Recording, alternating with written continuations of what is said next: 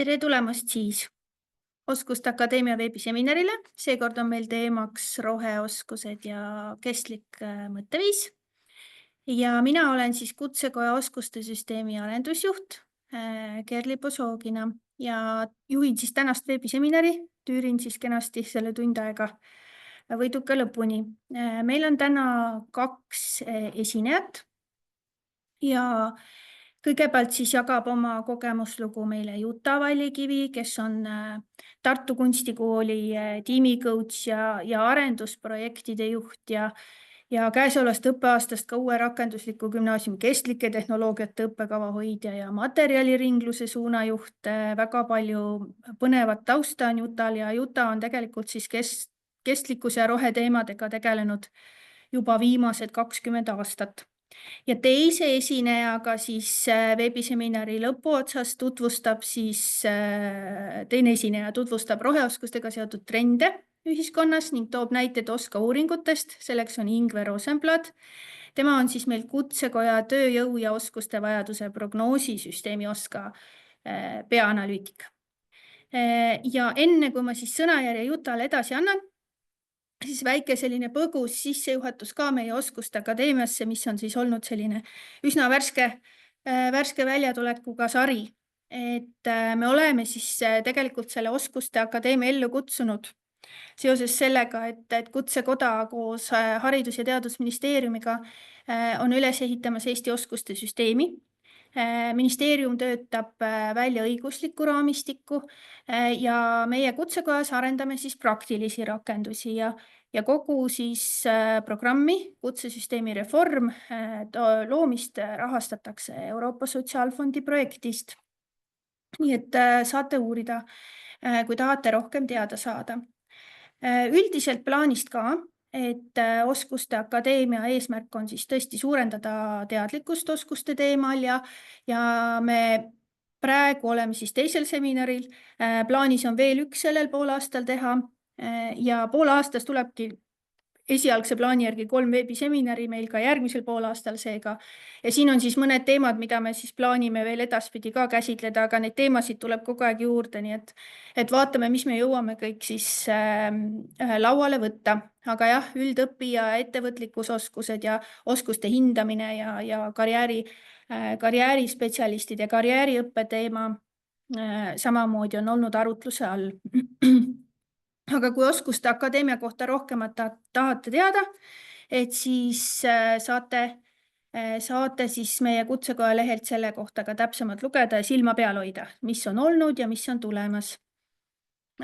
Ja praegu siis tõesti alles teine veebiseminar, et esimene oli meil digioskuste teemal ja eelkõige keskendusime siis tehisintellekti mõjule, et seda salvestust saate ka järgi vaadata ja meil on tulemas järgmine kuu aprillis siis lõpupoole loovus kui supervõime, et seal on meil ka Ali Valvas tuleb rääkima väga vahvasti siis sellest mõtteviisi muutusest ja mismoodi siis ikkagi seda loovust võiks kujundada. Aga me kõike räägime seda just selles vaates, et me oleme loonud oskuste kompassi, kus me oleme ära kirjeldanud hetkeseisuga 3000 kanti oskuseid, kirjeldame neid juurde, kõik tööturuga seotud oskused ja ametid siia kogunevad ja sellest vaatest tahaksimegi selleks, et ka ise saada targemaks neid eksperte oma kogemuslugusid jagama kutsuda, et siis paremini ka ise mõista, et missugused suunad mingite oskustega võtta. Nii et kui kedagi huvitab, väga kutsun oskuste kompassiga ka tutvuma. Sealt saate tõesti väga palju informatsiooni tööturu kohta. Ja kui nüüd rääkidagi siis sellest, et kuidas me oleme roheoskustele siin kompassis lähenenud, et siis me oleme kompassis defineerinud siis roheoskuse kui inimtekkelise keskkonnamõju vähendamist ning kestlikkust, säästlikkust ja efektiivsust otseselt toetav oskusena. Meil on kokku 78 roheoskust erinevate ametite juures kirjeldatud ja me oma töös oleme väga palju lähtunud siis samamoodi Green Compist, ilmselt räägib sellest ka Juta ja loomulikult on väga suur alus on siis meile OSKA uuringud ja nende tulemused, millest räägib täna Ingve. Ja loomulikult me teeme koostööd Harno roheoskuste programmiga, jälgime, mis sealt konsortsiumite tööst tuleb ja käime ka roheäratuse tegevustega kaasas. Aga kui kedagi rohkem huvitab, et siis oskuste süsteemi metoodikast saab rohkem selle kohta lugeda ka. Et seal siis jah, roheoskus üks olulisemaid oskuseid meil ka eraldi välja toodud. Nii, aga siis tegelikult sissejuhatuseks ma praegu rohkem aega ei kulutaks ja annakski nüüd, võtan kohe jagamise maha, annakski nüüd sõnajärje üle meie järgmisele põhiesinejale, kelleks on siis Juta. Juta, palun.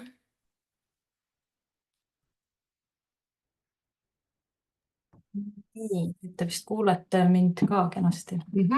Kuuleme kenasti. Ja tere kõigile siis minu poolt ka ja teid on siin päris palju. Mul on selle üle tegelikult väga hea meel, sest vahepeal on selline tunne, et inimesed on neist roheteemadest otsapidi väsinud. Aga no samas ega me õpetajatena vist neist kuidagi ei pääse ka. Lühidalt endast veel, kes siin hilinesid, et mina olen siis Tartu Kunstikooli kestlike tehnoloogiate õppekava hoidja ja materjaliringluse suunajuht.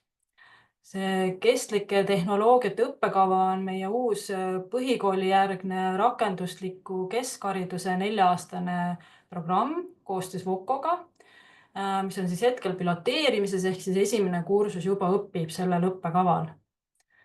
Ennast ma nimetan tõepoolest pigem tiimicoachiks kui õpetajaks ja seda peamiselt just nagu metoodilise lähenemise ja ka enda haridusliku tausta tõttu. Tartu Kunstikoolis ka veidi, et see on siis disainivaldkonna kutsekool. Seega mina töötan peamiselt noorte ja täiskasvanutega ning tegelen siis loomemajanduse, ringdisaini ja disainmõtlemise ja natuke ka professionaalse arengu toetamise ja õpetamisega. Ja praeguse teemaga seoses mainin siis ka seda, et olen tõesti 20 aastat kokku puutunud kestlikkuse teemadega praktilisel tasandil läbi siis vabatahtliku töö.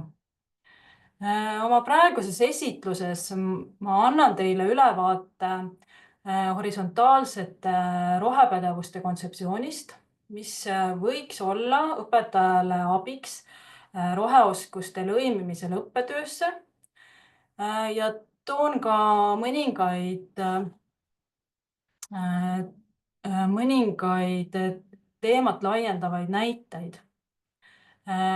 Kohati on slaididel lisainfot, millesse mul ei ole aega süveneda, aga kuna te saate slaide hiljem üle vaadata, siis jätan siiski selle info siia slaididele sisse. Nii, ja siin kiire viide ka roheoskuste programmile, mis tegeleb Eestis sellise väljakutsega, et meil tegelikult puudus varem kokkuleppe ja ühine arusaam, et mis need roheoskused täpsemalt on. Ja fookuses just ses mõttes, et kuidas tuua neid roheoskuseid õppetöösse. Roheoskuste programm on hästi laiapõhjaline, seal on 9 erinevat teemagruppi ja Tartu Kunstikooli esindajana osalen 9. konsortsiumi töös, mis tegeleb spetsiifiliselt just nende läbivate ehk horisontaalsete roheoskustega. Meie töö käigus on valminud oskuste ja teemade kirjeldusi, mis on kättesaadavad programmi Harno lehel, et minge sinna otsima pärast. Täna aga jagan teiega nii-öelda kõrvalsaadusena valminud ühelehelist holistilist kontseptsiooni, mille kallal siis töötas üks väiksem tiim. Kuidas siis õpetada roheoskuseid? Vajame alustuseks selgust, et millest me siis üldse räägime. No põhimõtteliselt on meil tegu kompleksse polüükriisiga ja juba selle mõiste mainimine tekitab ebameeldivaid emotsioone. Siiski on hea uudis see, et rohepädevused on palju mitmekesisem valdkond kui vaid näiteks oskus prügiga õigel viisil toimetada. Et siia alla kuulub terve rida oskusi, mis juba on täiesti õppekavades ja õppetöös olemas. Nii et ma ütleks, et puudu on peamiselt teadlikkusest ja kindlustundest, et ma õpetajana tean, kus ma oma töös selle valdkonnaga seoses asun. Aga lähme siis asja enda juurde. Siin on näha 5 peamist sisendit rohepädevuste kontseptsiooni loomisel. Ma peatun põgusalt neil kõigil ja soovitan neid soojalt lähemalt uurida, sest need annavad lõputul hulgal ideid, kuidas disainida erinevaid õpijampse oma õppijatele.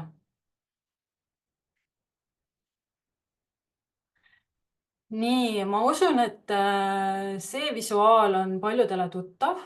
Tegu on siis planetaarsete piiride ehk maa taluvuspiiride kontseptsiooniga, mis määratleb 9 kriitilist süsteemi, mille osas hinnatakse maa tervise seisukorda. Need piirid hõlmavad näiteks kliimamuutusi, bioloogilise mitmekesisuse olukorda, mageveevarusid, keemilist reostust ja nii edasi. Nende piiride ületamine võib põhjustada pöördumatuid keskkonnamuutusi ja ohustada inimkonda.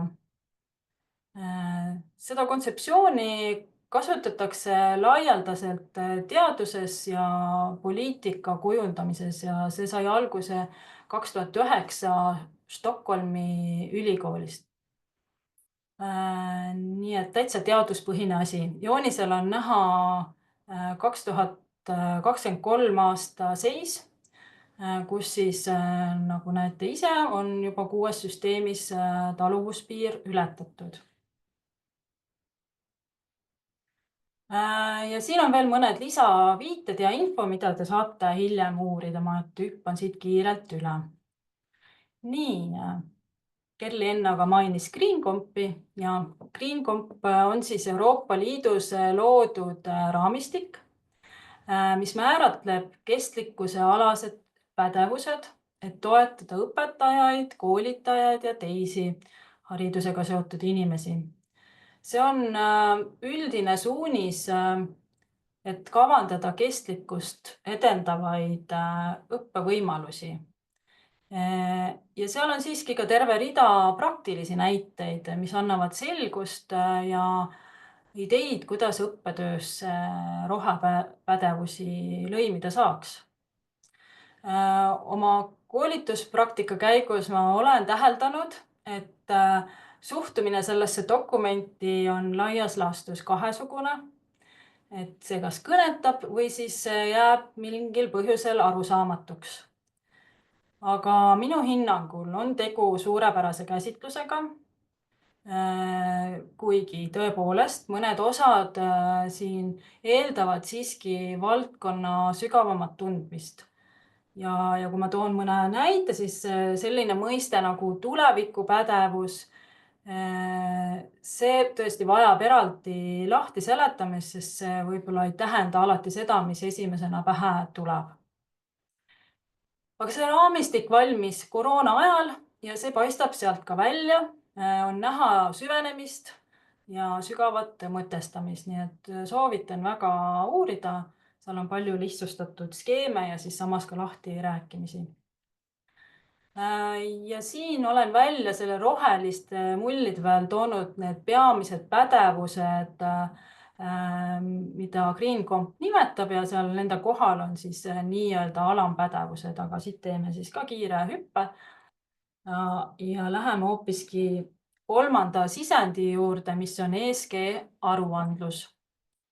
Ma arvan, see on vist kõige vähem tuntud komponent nendest sisenditest.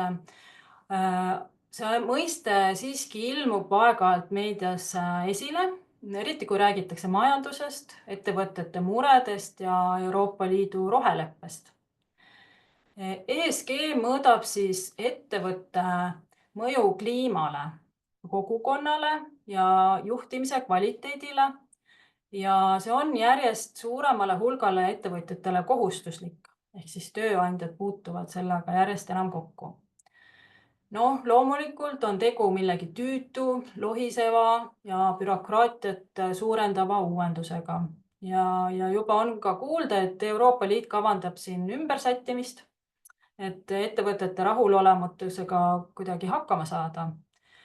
Aga siiski on see pigem vajalik asi, et ESG aruanded aitavad meil hinnata ettevõtte kestlikkust, riske ja panust jätkusuutlikku arengusse.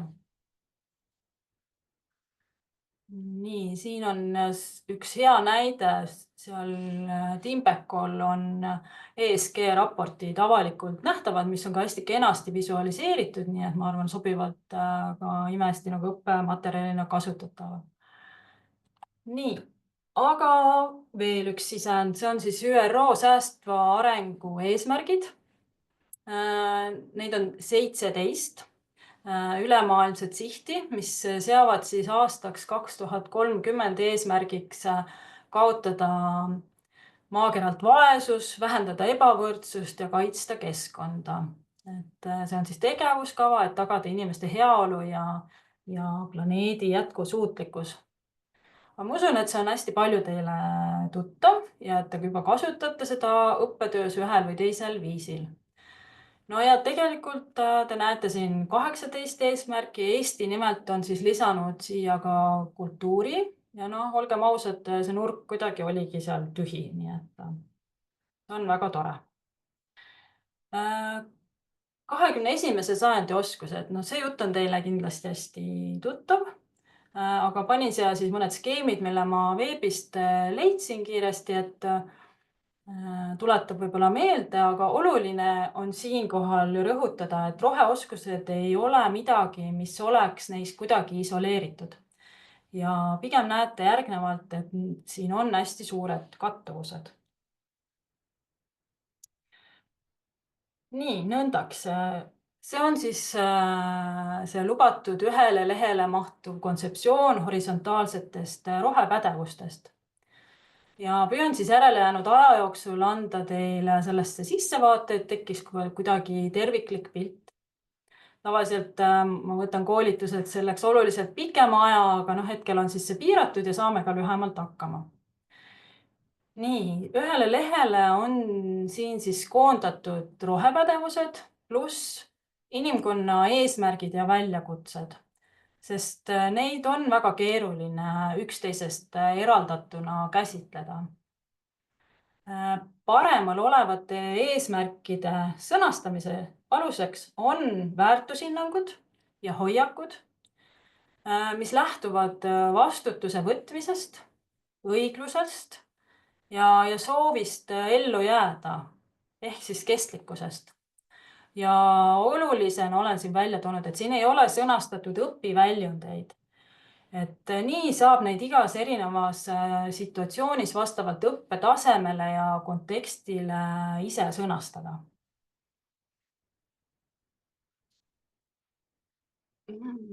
Vaatame korra selle kontseptsiooni vasakpoolset osa, mis on pädevuste sõnastus. See baseerub siis eelnimetatud sisenditel kui ka valdkondlikul kirjandusel. Ja Green Comp on uhkelt seal üleval oma 4 valdkonnaga. Kui me hakkasime koostama seda mullidega visuaali, siis sai selgeks, et kui pädevusi traditsioonilisel viisil sortida lahti oskusteks, teadmisteks ja hoiakuteks, siis on mõned, mis kuuluvad mitme kategooria alla. Ja nõnda kuidagi iseenesest tekkis joonisel fookus, millega minu hinnangul saab täiesti nõustuda. Et selleks fookuseks on siis koostöö ja ilma koostööoskusteta me kaugele ei jõua. Aga ka teised jagatud pädevused nagu kohanemisvõime, sotsiaalne õiglus, uuriv ja süsteemne mõtlemine ning probleemi piiritlemine on kindlasti ühed kõige olulisemad. Kontseptsiooni parempoolne osa baseerub ESG aruandluse kolmesel jaotusel ja planetaarsete piiride tunnetamisel. Järgnevalt ma tutvustan iga jaotuse alla kuuluvad eesmärke ja väljakutseid. Ja alustame siis sellest sinisest planeedist ehk keskkonnast. Esimene väljakutse. Inimtekkelisi keskkonnahäiringuid tuleb käsitleda terviklikult ja nende osas peame võtma vastutuse. Selle väljakutsega tegelemiseks on õppijatel vaja kaardistada süsteeme, rakendada uuriva ja süsteemse mõtlemise ning probleemi piiritlemise oskusi. Kuidas on asjad omavahel seotud? Mis on niinimetatud jäämäe veealuses ehk varjatud osas ja kuidas see meist igaüht ja ehk meie igapäevast tarbimist puudutab? See on väga suur teema, aga näiteks suuruse haldamiseks saab ka siin arutleda erinevate vastutustasandite üle. Teine eesmärk või väljakutse. Kõikidel liikidel on võrdne õigus täisväärtuslikuks eksistentsiks. Ja sellega tuleb arvestada inimtegevuste planeerimisel ja lahenduste disainimisel. Selle väljakutse keskmes on veendumus, et inimene ei ole looduse kroon. Hoopis me ise vajame oma eksistentsiks looduslikku mitmekesisust. Meie ülesanne on seda väärtustada ja tõsta mitmekesisuse säilitamine võrdväärsena kaalukausile mis tahes planeeringute või tegevuste käigus. Kolmas väljakutse. Looduse, elurikkuse ja ökosüsteemide taastamine. Ideaalmaailmas peaks iga uus projekt, arendus ja tegevus muude eesmärkide kõrval näitama, kuidas see aitab looduse taastamisele kaasa. Ma toon siin ühe kaugema veidi ringiga näite. Kommertspankadel on olemas oma kohustuslik keskkonna jalajälje arvestus, mis siis arvestab, milliseid tegevusi pank oma rahaga aitab ellu viia ja seeläbi tekib ka nende arvestuslik jalajälg. See on väga tore, et selline arvestamine käib. Samas on seal süsteemis veel ikkagi suur samm edasi astuda, et raha päriselt liiguks vaid sinna ettevõtmistesse, mis parandavad maailma. Ja neljas loodusega seotud väljakutse. Looduslike ressursside jõuline kaitse ja nende kestlik tarbimine. Need loodusväärtused, mis meil veel alles on, vajavad palju suuremat kaitset. Me kaitseme neid selleks, et ka meie lastel oleks võimalik minna metsa või rappa või lihtsalt linnas varjulises pargis puhata. Olen siia pannud ka ühe ökosüsteemide seisundikaardi, kus on näha, kui palju meil on heas seisundis alasid Eestis. Rohelised on siis need, kus võime olukorda pidada heaks. Ja need alad on valdavas enamuses looduskaitsealad, kus kehtivad ranged piirangud. Nii, aga nüüd jõuame ettevõtluse, majanduse ja töö juurde ehk siis ressursside kasutamine inimeste hüvanguks. Nii, esimene väljakutse selle teema all ja see on ka üks olulisemaid. Sõnastatud järgmiselt. Tulemuslikkuse ja ärilise edukuse lahtisidumine kasvule orienteeritud majandusmudelist. See on väga oluline punkt, sest see tundub hetkel kõige keerulisem. On omamoodi paradoksaalne, et keeruline on asi, mis on nii-öelda meie peades kinni. aga on lausa hädavajalik, et hakkaksime majanduse toimimist ümber mõtestama. Kuidas majanduses edukust defineerida? Kuidas seda mõõta? Väga põnev alternatiiv tavapärasele SKP mõõtmisele on näiteks Bhutanis loodud alternatiiv. Te võiksite selle kohta infot juurde otsida. Aga olen siia slaidile toonud ka tasaarengu ehk degrowth mõiste.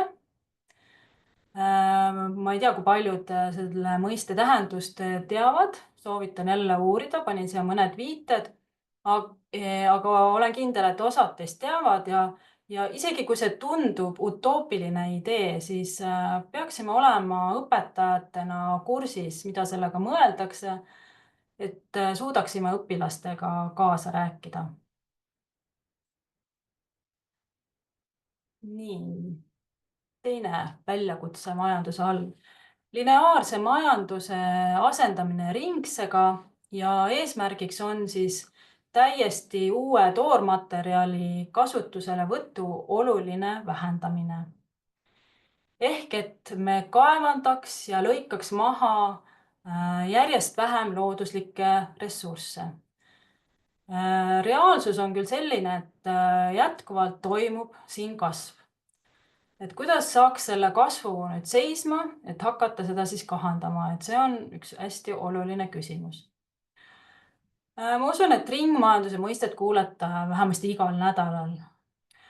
Paraku kipub selle mõiste peamiseks tähenduseks olema nii-öelda prügimajandus ehk see, et kuidas saaks prügist uusi asju disainida või et kuidas sellest prügist vabaneda, põletada või mitte põletada. Oluliselt vähem kuulab juttu ennetustegevuste kohta.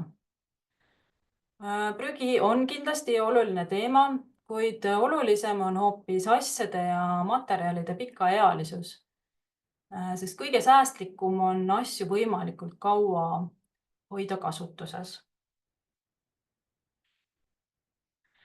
Kolmas eesmärk. Kõigil ettevõtetel on kohustus võtta vastutus oma äritegevusega põhjustatud keskkonnakahjude osas. Selle eesmärgiga me peaksime saavutama, et suure keskkonnajäljega ettevõtlus on keerulisem ja kallim kui vastutustundlik ettevõtlus. Ja läbi ESG aruandluse mudeli on juba märgata, et Eesti tootjatele on tekkinud välismaa partnerite poolt surve oma keskkonna jalajäljega tegeleda. Toodete pikk eluiga ja parandatavus. No mina arvan, et see peaks olema inimõigus. Ja ma usun, et te olete kõik kokku puutunud, vähemasti viimase 20 aasta jooksul jõuliselt kasvanud toodete planeeritud vananemisega. Asjad ei pea kuigi kaua vastu, vananevad nii-öelda moraalselt ehk kas siis tarkvaraliselt või lähevad katki ja neid ei ole võimalik parandada. Planeeritud vananemine on oluline kasvuideoloogial baseeruva majanduse tööriist. Me peame kõik ühiselt selle vastu võitlema ja nõudma asjade vastupidavust ning õppima ka ise käelisi oskused, et lihtsamaid asju parandada. Õnneks Eesti õpetajaskond vananeb, mis tähendab, et paljudel meist on veel nõukaaegsed kogemused võtta. Selline väike irooniline, aga samas ka positiivne taipamine. Jagakem siis oma oskusi. Toodete ja teenuste tervikliku elutsükli disain ja vastutus. Mis see siis võiks tähendada? Selle eesmärgiga puudutame eelkõige disainereid, kes töötavad ettevõtete heaks. Ühesõnaga, et kui me asju alles kavandame või planeerime, siis me ka määratleme ära, mis on selle uue asja keskkonnamõju. Ja seda keskkonnamõju peaks siis selle olelusringi või elutsükli baasil nagu hindama. Toote elutsükli ja jalajälje sisse tuleb arvutada nii mõju toormaterjalide hankimise käigus tekkinud kahju keskkonnale ja kohalikele kogukondadele, kui ka toote kasutamise ja tootmisega tekkiv mõju ning utiliseerimise ja ümbertöötlemise kulu. Läbipaistev majandus. Tarbijal on õigus teada kõiki asjaolusid, mis puudutavad keskkonnamõju ja sotsiaalset õigust. Läbipaistev majandus on aluseks, et saaksime tarbijatena teha õigeid otsuseid. Siia alla tõin välja ka näiteks ökomärgised, mis peaks olema usaldusväärsed ja lihtsustama meie valikuid. Aga kindlasti ka seesama ESG aruandlus on oluline läbipaistvusesse panustaja. Ja viimane majanduse eesmärk või väljakutse. Ületootmise vähendamine ja töö ja elutempo aeglustamine. Me teeme ilmselgelt liiga palju tööd, sest osa toodetust sünnib juba jäätmena. Seda ei tarbita mitte kunagi. Ja see on jälle üks kasvuideoloogia pahupool. Antud probleem on väga kompleksne ja vajab süsteemse mõtlemise rakendamist.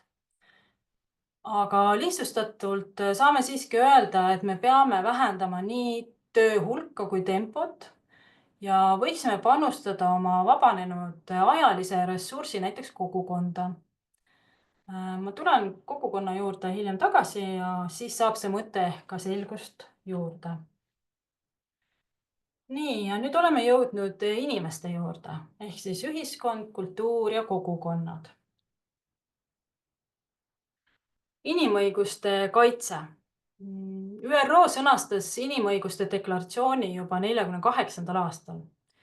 Ja sellega ei ole jätkuvalt väga hästi ja siit leiab ohtralt teemasid, mida õppijatega käsitleda kas koos rohepädevustega või ka eraldi.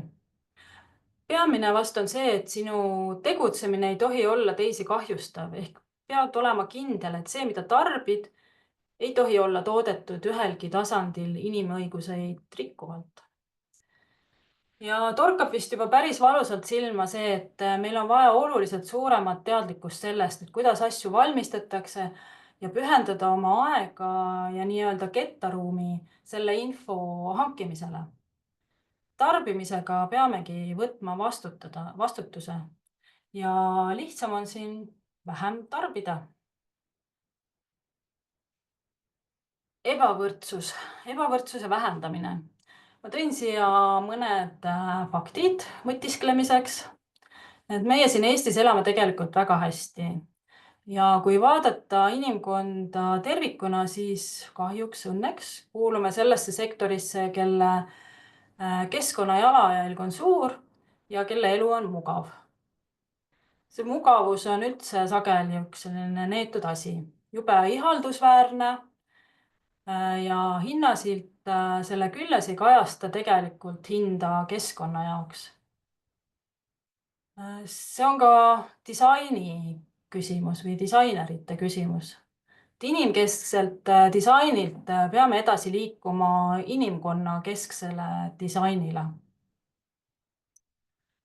Aga ebavõrdsus ja vaesus on järjekordselt üks keerukas probleem, mille käsitlemine õppetöös annab kindlasti võimalusi luua väga sisukaid arutelusid. Kolmas väljakutse, kultuurilise mitmekesisuse väärtustamine ja kohalike kogukondade toetamine. Valge inimene on läbi sajandite teinud väga suurt kahju siin. Põhjus on alati majanduslik. Isegi kui seda on tehtud ristiusu, harituse ja kultuursuse levitamise lipu all. Enam ei ole meil põhjust rääkida niivõrd valgest inimesest, aga lihtsalt majandushuvidest. Jalgu jäävad tüütud kohalikud kogukonnad, kes tahaks jätkata rahulikku elu oma harjunud keskkonnas. Ja tõin siia 2 pilti. Vasakpoolsel droonipildil on näha Brasiilia vihmametsades isoleeritud hõimudes elavaid inimesi. Kas suudame neid kultuure säilitada ja kui kauaks? Ja paremal on see ristipuude brutaalne maharaiumine, mis on siis meie oma kohalik kultuurihävitusnäide. Kestlik eluviis on indiviidi tasand. Kuuleme päris sageli, et tarbijad peavadki valima jätkusuutlikke lahendusi ja käituma kestlikult, et siis see suur muutus tulla saabki. Jah, see on hästi oluline, aga jäme ots on ikkagi võimu ja raha käes. Ehk siis kestliku eluviisi väärtustamine läbi seadusloome. Muutus tarbijate käitumises ei saa olla vaid südametunnistuse küsimus. Võimustruktuuride ülesanne on luua piiranguid ja võimalusi. Eesrindlikud ettevõtmised ja kogukonnad juba tegelevad sellega, kuidas nügida meid kestlikumalt käituma ja panin siia ka mõned lingid. Õpilastega saab selle väljakutse all arutada näiteks ka seda, et mis meie käitumist mõjutab. Või siis rääkida hoopiski initsiatiivi võtmisest ja võimalustest ühiskonnas kaasa rääkida. Üleilmne koostöö. Koostööoskus oli siis nii hoiak kui pädevus. Ja koostöö osas saab välja tuua erinevad tasandeid ja selle õppimist ju alustame maast madalast ja see jätkub terve elu. Tartu Kunstikoolis me oleme antud teemale väga suurt tähelepanu pööranud ja võib-olla ka sellepärast, et kunstnik on enamasti inimene, kes tahab töötada üksi. Aga nagu ma alguses ka ütlesin, koolitame tegelikult kujundajaid ja disainerid, et meil on siis hästi suur osa õppetöös tiimitööl. Koostööoskused ei ole kaasasündinud, neid peab õppima ja õppima läbi praktika. Ja sama kehtib ka rahvusvahelise koostöö kohta.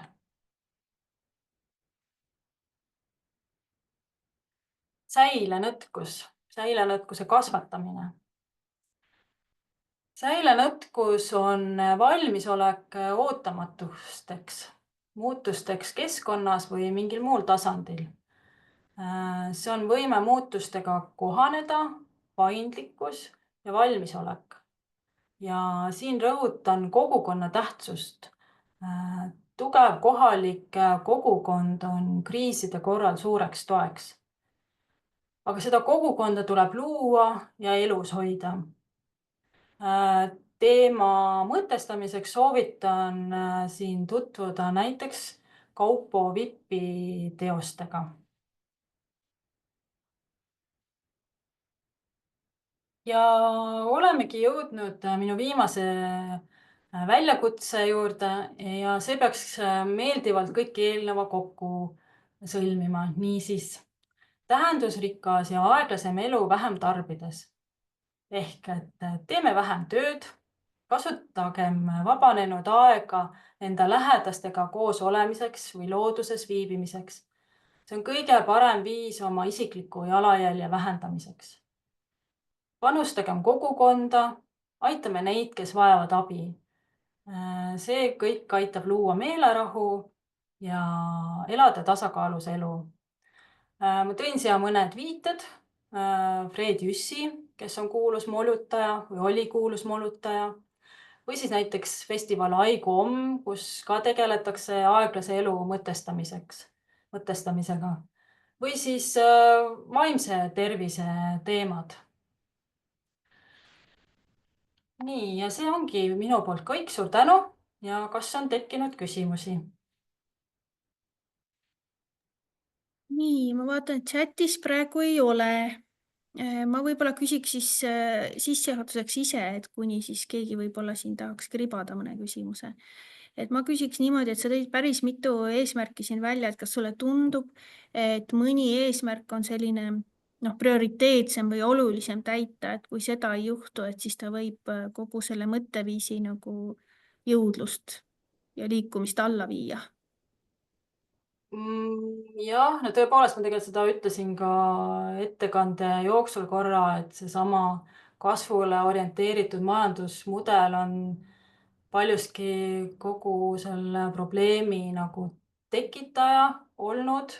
ja see jätkuvalt kehtib, me jätkuvalt räägime sellest ja see ongi hästi keeruline küsimus. Mina ka ei tea, kuidas seda täpselt lahendada saaks, aga me peame otsima siin teisi lahendusi. Ma arvan, et see on võib-olla see kõige-kõige ka keerulisem. Ja nagu ma ka ütlesin oma ettekandes, et see on nii veider, et see kõige keerulisem küsimus on nagu meie enda peades kinni paljuski, et ei suuda seal seda muutust nagu teha. Vahepeal on tulnud ka küsimus, mis oleks minul ka olnud teine küsimus, et sa tõid seal välja selle, et oli seal küsitud on, mis on tulevikuoskus, kuidas seda näite varal võiks selgitada. Ma ka märkasin, et see oli tulevikupädevus välja toodud. Ja tulevikupädevus. See see mõiste või see kontseptsioon tuleneb tegelikult ärimaailmas, kus ettevõtted tegelikult oma arenguperspektiive disainivad sel viisil, et nad loovad potentsiaalset tulevikmudeleid ehk et tegelikult nad püüavad ennustada, et kuhu see maailm edasi areneb, et olla nagu õigel ajal valmis oma toodete edasiarendustega. Ja see metoodika on nagu sealt tulnud, aga nüüd ka jõudnud, no ma ei oska öelda, haridusse võib-olla kui mingil määral. Meie oma kunstikoolis oleme sellist tulevikudisaini tööriista kasutanud ja just loonud neid tulevikunägemusi, millesse siis tuleb uskuda, kui lugeda seda Green Compi, siis sellest kõigest nagu räägitakse, aga seal ei räägita sellest metoodikast, et tegelikult on see siis tulevik disain, future forecast on üks ingliskeelne termin selle kohta, et seal viidatakse jah, tegelikult ühele selgele metoodikale. Nii, nüüd hakkas küsimusi kõvasti tulema, vaatame, kas me jõuame nad kõik läbi käia. Et Aada on välja toonud, et osade mõistete puhul kasutatakse juba teisi tähendusi, näiteks säilenõtkus. Kas saaks seda üle korrata? Ma ei tea nüüd, mis sa siin oled, Aada, mõelnud, et mis see tähendas või? Mis see säilenõtkus tähendas? See oli vist kohanemisvõime või? See säilenõtkus on sama, mis kerksus. Ma tean, et kaitsejõud kasutavad sõna kerksus, mis on selline paindlikkus, mitte kerge, vaid nagu paindlik. Ehk et me saame nagu keerulistes olukorras, me paindume ja saame muutustega hakkama. Aga neid mõisteid kasutatakse paralleelselt ja minule see säilenõtkus väga meeldib. Ma tean, et osadele ei meeldi, aga mulle meeldib. Minu arust on ilus eestikeelne sõna. Siis on tulnud veel, et teeme vähem tööd, kõlab väga toredasti ja usun, et keegi eriti selle vastu ei ole. Aga et kas keegi on kunagi kusagil välja käinud ka ideid, kuidas seda soovitust päris elus rakendada? No, need näited olid muidu need viited, jah? Ja, et kõige lihtsam tegelikult oleks see, et töönädalat lühendada, et nii-öelda jõuga, vormiga suruda meid teise olukorda ja vaadata, mis siis juhtub. Et minul on endal see kogemus, et ma olen just selle tulevikudisaini metoodikaga jõudsime ühe visioonini, kus jah, et sa mingi osa ajast töötad kellegi heaks, aga sul tekib ka aeg näiteks 2 päeva nädalas kogukonna jaoks töötada, et sa panustad kogukonda ja et sul on näiteks ka aega õppimiseks ja nii edasi, et sellised toredad tulevikuvisioonid. Et ma arvan, et siin nagu jah, enesedistsipliiniga on väga palju nagu seotud, et ma pean iseennast nagu mõtlema, et kuidas ma tegutsen ja toimin. Ja. Siis on tulnud veel selline küsimus, et mida olete oma koolis teinud, et kõik räägitu väljenduks igapäevases õppetöös? Kuidas olete teised õpetajad saanud nii-öelda kaasa? Maailmavaateid on ju erinevaid, nii ka koolis. No võib-olla ma pean ütlema, et ega loomulikult meie koolis ei ole kõik see veel selles mõttes täiel määral nagu rakendatud, aga et kui see kontseptsioon meil valmis, siis me samal ajal kirjutasime ka seda kestlike tehnoloogiate õppekava, nii et tegelikult see oli kogu aeg nagu paralleelselt ja me mõtlesime selle õppesisu planeerimisel väga oluliselt selle peale. Aga selline nagu igapäevane rakendamis on hea küsimus, et mis on need igapäevased rakendamiskohad, eks ole, ja mis on mingid laiemad küsimused, aga me küsime enda käest ikkagi hästi tihti seda, et kuidas saaks kestlikumalt. Aitäh, Juta, ma näen, et veel tuli siin paar küsimust, aga mõtlen, et tõmbame praegu joone alla, et kui sa vähegi jõuad, äkki sa saad chatis vastata kirjalikult, et ma annaks hea meelega nüüd sõna Ingvele, et muidu meil Ingvel jääb aega liiga väheseks, nii et palun, Ingve. Aitäh. Nii, jagan oma ekraani ka. Kohe vaatame, kas töötab. Aga väga vahvad küsimused näha, et läks nii palju ja jäi ütlemata Jutale, et suur tänu, et nii palju huvitavaid viiteid tuli, millega tahaks nagu, et saime nagu palju selliseid, saime õnge, et nüüd peaks nagu kala püüdma. Nii, aga näeme su slaide kenasti.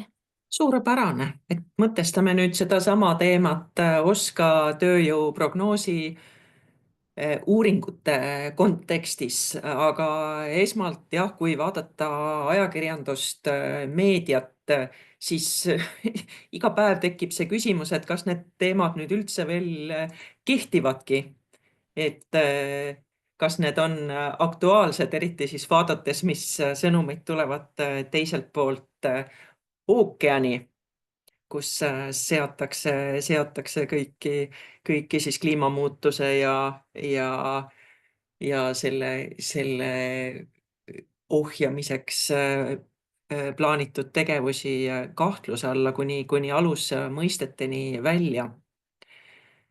Ja tõesti, kuna ajad on segased, me oleme sõjaolukorras, me oleme energia hinnatõusu olukorras, me oleme bürokraatia alla mattumise olukorras, siis neid signaale tuleb ka Eestist, et siin Juta viitas ka ESG-le, kestlikkuse aruandele, ja siin mõni päev tagasi oli Jürgen Ligi suu läbi uudis, et kestlikkuse aruandele üleminekut plaanitakse edasi lükata, aga kui vaadata nüüd tähelepanelikumalt, mida Jürgen Ligi ütleb, siis ta ütleb, et ei seata kahtluse alla sellele tähelepanu pööramise ja aruandluse mõtet kui sellist, et me suudaksime kuidagi organisatsioone, ettevõtteid võrrelda, samadele alustele seada siis keskkonna ressursisäästlikkuse ja ka nii-öelda sotsiaalse vastutustunde mõõtes, aga lihtsalt seda tuleb teha bürokraatlikult, mõistlikult. Ja mul on tunne, et mida on hakatud üle vaatama ka on ikkagi just see kulude mõistlikkus, et tegevused, mida sageli oli plaanitud, on meeletult kallid ja praegu, kui me oleme tõstmas oma kaitsekulutusi 5%-ni, siis peab just nimelt selle kulude struktuuri üle vaatama. No ja siin on suur kiusatus oli panna veel selline slaid täna juurde, täiesti värskelt tegin Postimehe lahti ja Peeter Koppel ütleb, et vabandust, kliimamuutus pole meie suurim probleem või mure. Ja sealsamas siis Hans Orru vastulause, et vabandust, aga kliimamuutus on meie suurim mure ja mõlemad tegelikult toovad õigeid argumente, et ühelt poolt täpselt me peame tegelema praegu siin majanduse elushoidmise julgeoleku teemadega ja teiselt poolt Hans Orru ütleb, et aga need kahjud on juba praegu reaalsed, et me võime silma kinni panna, aga inimesed juba kannatavad, meie nii-öelda infrastruktuur, hooned, sõidukid juba kannatavad, inimesed juba surevad kuumalainete käes, et see ei muuda midagi, kui me ütleme, et me sellega ei tegele, igal juhul me peame sellega tegelema. Et siin ongi küsimus, et mõnikord meil on tunne, et need on mingid reeglid ja küll need reeglid siin nüüd nagu pööratakse ümber, aga tegelikult kust tekib see roheoskuste vajadus, et siin need reeglid on ainult üks õige mitmest tegurist. Et panin neid siia kirja, et seal on ühelt poolt tarbijate, klientide ootused ja see on seotud meie muutunud väärtuste maailmaga. Et jah, võib-olla ei olegi reeglit, aga minu klient eeldab, et ma toimetan eetiliselt, keskkonnasäästlikult ja ta tahab toodet, mis teda ei kahjusta ja, mis ei kahjusta ülemäära ka keskkonda. Nagu ütlesin, et keskkonnamuutused juba toimuvad. Igal juhul me peame ehitama katused selliseks, et nad nende võimendunud tormidega see katus ära ei lendaks. Igal juhul me peame teede ehituses arvestama seda, et meil temperatuurid nüüd kõiguvad seal 0 kraadi ümber ja mida see selle asfaltiga siis teeb, kui see sulab ja jäätub, sulab ja jäätub. Ainult mõned näited, kas või ka linnades kuumasaarte teema ja me juba reaalselt näeme neid tervisekahjusid, et seal me peame arvestama linnakeskkonna kujundamises sellega, et me sinna planeerime rohkem rohelust ja et ka suurte vihmasadude puhuks, et me planeerime, kuidas need rohealad võtaksid sademeid vastu. Siin üks graafik ka selle kohta, kuidas äärmuslikud ilmaolud on sagenenud ja see kõik juhtub vaatamata sellele, kas Trump midagi ütleb või ta ei ütle. Siin Jutta ka rääkis pankadest, et praegu väga suured nii-öelda keskkonnasäästliku tootmise ja teenuste eestvedajad on pangad, kes ei rahasta arendusi, mis ei järgi nii-öelda keskkonna ja ressursi säästlikkust. Ja mis Eestit väga palju mõjutab, on koostööpartnerite nõuded. Meil on allhankemajandus, me teeme väga palju Skandinaaviale ja kui mõni reegel ka Eestis ei ole kehtestatud, siis see ei loe mitte midagi, sellepärast et Skandinaavia partner seda ütleb, et seda on vaja. Ja just hiljuti kuulsin tuttavalt ehitusettevõtjalt, kuidas nad jäid kas 2 miljonilisest projektist ilma, sest et omakorda nende allhankija ei suutnud nii-öelda tõestada, kui suur on nende siis selle komponendi, mida nad pakkusid, keskkonna jalajälg, et see sõltub nii-öelda kõikidest allhankijatest ja kõikidest töövõtjatest. Ja alles 5. tulevad siis regulatsioonid ja seadused. Ja ma korjasin nüüd meie viimastest OSKA tööjõuprognoosi uuringutest välja praktilisi näiteid, kuidas keskkonnateemad just neid majandusvaldkondi mõjutavad ja millised oskused nendega on seotud. Te leiate OSKA kodulehelt, OSKA uuringute veebist ka, siin on nii-öelda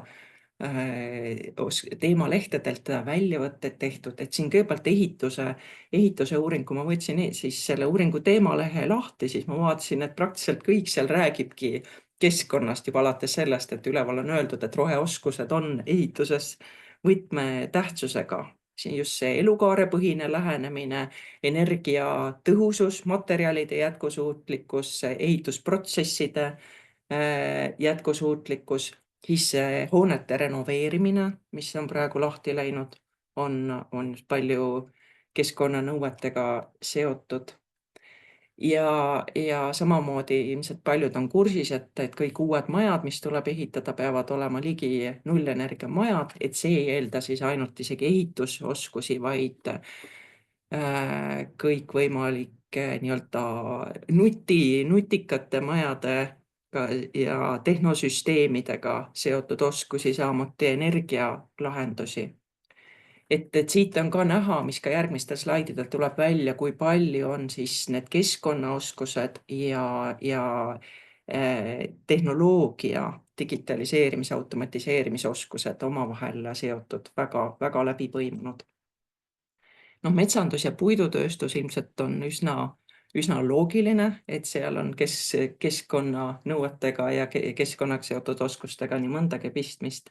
Jälle seal uuringus rohkem pöörati tähelepanu 2 teemale, kõigepealt puidukeemia, milles nähakse võimalust asendada siis fossiilsetest toormest pärinevaid keemiatooteid. Ja samamoodi puitmaja ehitust, mis jälle võimalus pikaajaliselt siduda süsinikku. Ja huviga vaatsin siin paremal pool on välja toodud siis metsanduse puidutööstuse valdkonna 6 olulisemat tulevikuoskuste valdkonda ja nendest täiesti 3-4 on selgelt, ma ütleks, roheoskused, metsa erifunktsioonide mõistmine selgelt, siin all on neid natukene seletatud ka, see haakub ka natuke sellesama ristipuude näitega. Kommunikatsiooni või lävimisoskused, siit võib olla üks näide, et ka kui küsisime, et oot, et miks siis need kommunikatsioonioskused nii olulised on, siis uuringu tegijad rääkisid ja neid uuringuid pannakse ju kokku valdkonna tippettevõtjatega, et need ei ole kuskil elevandiluutornis sündinud, et see harvesteri juht, kes on seal metsas üksinda, et vanasti ta oligi seal üksi, töötas oma masinaga, tema pidi oskama nii-öelda oma masinaga toimetada. Tänapäeval ta peab oskama suhelda, sellepärast et temaga tuleb seal vaidlema see kohalik kogukond, kes küsib, mis sa teed, miks sa selle puu maha võtad, kas see, mismoodi seda siin tehakse, on jätkusuutlik, mis saab meie ajaloolisest teest, kus me eluaeg oleme siit läbi metsa läinud, et see harvesterijuht peab oskama seda kõike selgitada, vastasel korral see võib lõppeda seal veel kähmlusega.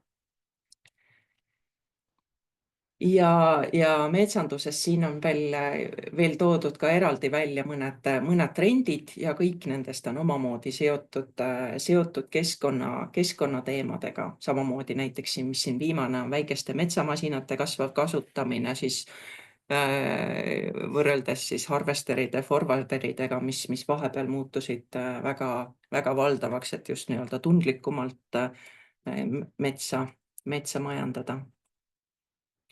Mõned nopped tegin ka transpordivaldkonna uuringust. Mõned asjad on siin selged ja iseenesest mõistetavad.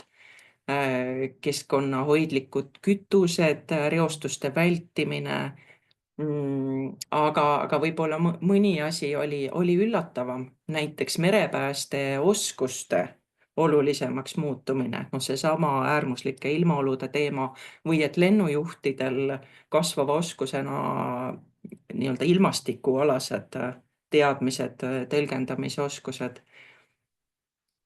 Ja siin tõesti huvitavalt oli seal uuringus räägitud, kuidas sadamate roll muutub, et sadam, mis vanasti oli lihtsalt selline koht tõesti, kus kaupa laaditi, kus autod sõitsid laeva peale ja reisijad, et sadamad muutumas energiakeskusteks ja ringmajanduskeskusteks, kus need laevad laadivad, kus jäätmeid käideldakse ja samamoodi, kui seal on ka energia tootmine, sinna ümber saavad tekkida tööstusklastrid ja seal toimub ka IT ja info liikumine kaablitena.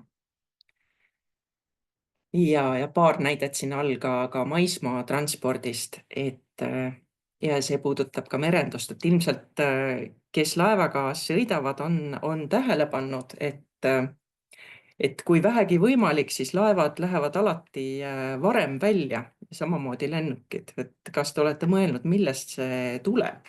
Et ma olen saare tüdruk meremeeste perest, merendust seetõttu tean paremini, et iga 10 minutit, mis laev läheb varem välja, võimaldab sõita natuke aeglasemalt ja arvestatavalt kütust kokku hoida ja laevakütus, mis on väga kallis, siis seda võimalusel alati tehakse. Ja samamoodi, kui Jutagi rääkis siis selle roheoskuste konsortsiumide tööst, siis siin näide nüüd energeetika roheoskustest oli ise selle konsortsiumiga otsapidi seotud, kus ettevõtted, erialaliidud ja kõrg- ja kutsekoolid koos arutasid, millised on energeetika valdkonna roheoskused. Ja ma panin selle näide ennekõike sellepärast, et te näeks just nimelt, kui tehnoloogiaga läbi põimunud need on, et see ei ole tõesti mingi prügi sorteerimine, et siin on tarkade elektrivõrkude ehitus, siin on riskide hindamine, siin on digitaliseeritud tootmine, võrgud, tehisintellekti, automaatika rakendamine. Ja kui enne oli juttu, et kes siis seda tööd teeb, kui meie teeme vähem, siis need energeetikud seal ütlesid, et kogu selle muutuse alus ongi see, et kui meie teeme vähem tööd, siis meie asemel teeb tööd elekter. Ja laias laastus nii tõesti on, aga seda elektrit peab tootma madala keskkonna jalajäljega. Ja tahtsin lõpuks jõuda ka Kutsekoja kodulehel tööturu trendikaartideni, mis võib-olla on ka hea selline üldine raamistik ja abimaterjal seda teemat mõtestada ja võib-olla ka saab siit häid näiteid, mida kasutada oma töös ja võib-olla õpetajatel ka tundides. Et seda täitsa veebist näitan. Et siin on jah, viis sellist globaalselt trendi, mis tööturgu mõjutavad keskkonnasäästlikkusest, digitaliseerimisest, ka üleilmastumise, rahvastikumuutuste, väärtuste muutusteni. Ja ka kui me vaatame neid keskkonnateemasid, ka nii nagu Jutta rääkis, me nägime, kuivõrd nad on omavahel kõik läbi põimunud. Siit iga teema all on ka siis alltrendid, ma näitan korraks siis keskkonna asju, et siin on 3 alltrendi praegu välja toodud: kliimamuutus, rohepööre ja ringmajandus. Aga tõesti, tihti räägitakse kliimamuutusest, aga neid keskkonna kriitilisi teemasid on ju vähemalt 4, et peale kliimamuutuse ka ressursi nappus, elurikkuse kadu ja muldade hävimine. Iga trend, seda saab siin lahti klõpsata ja siin on üldine teema ja lingid, et milles selle trendi mõju avaldub. Palju näiteid, aga et mis siin on veel toodud, kuidas see trend mõjutab töökohti. Leiate siit infot ja näiteid, linke, kuidas see mõjutab oskusi, milliste oskuste vajadust see esile toob. Ja ka laiem mõju ühiskonnale, majandusele ja haridusele. Ja nii saate siin vaadata keskkonnatrendide kohta, aga tegelikult ka teiste megatrendide kohta, mis tööelu mõjutavad. Et selline kasulik materjal. Aga sellega omalt poolt lõpetan praegu. Aitäh, Ingve. Väga hea täiendus Jutta ettekandele. Ma vaatan, et praegu uusi küsimusi ei ole tulnud. Jutta juba, aitäh, vastas siin vahepeal veel nendele lisaküsimustele ka. Kuna me oleme juba 5 minutit üle, et siis, ja kuna ma näen, et küsimusi pole tulnud, et siis ma kenasti võtakski nüüd selle veebiseminari kokku. Kui nüüd tõesti kellelgi on hirmus käsi püsti, et siis ma korraks võin vaadata, et kas keegi tahaks hirmsasti ikkagi mikrofoniga ka mõne küsimuse põletava, eluliselt tähtsa, olulise ühiskonda muutvat küsimust küsida, et siis anname võimaluse. Tundub, et ei ole. See on see, et liiga vara küsin ka, et küsimusi on, ei ole. Ja siis aga lõpetuseks ma arvan, et sobiks selline üleskutse teile küll, et kutsume teid siis oskuste kompassi. Võib-olla oli juttu ka siin indiviidi tasandil see vastutus, et igast ühest endast võiks alustada, et kutsume teid siis oskuste kompassi oskuseid vaatama ja hindama ja mõtlema ja võite sealt roheoskusi siis välja sortida ja mõelda, et kuidas teil nende roheoskustega on, saate sellist head eneseanalüüsi teha. Ja kui jääte hätta, et siis ma panen oma slaidide lingi ka siia chati ja saadan teile, et siis saate vaadata, kuidas üldse oskuste kompassis saab toimetada.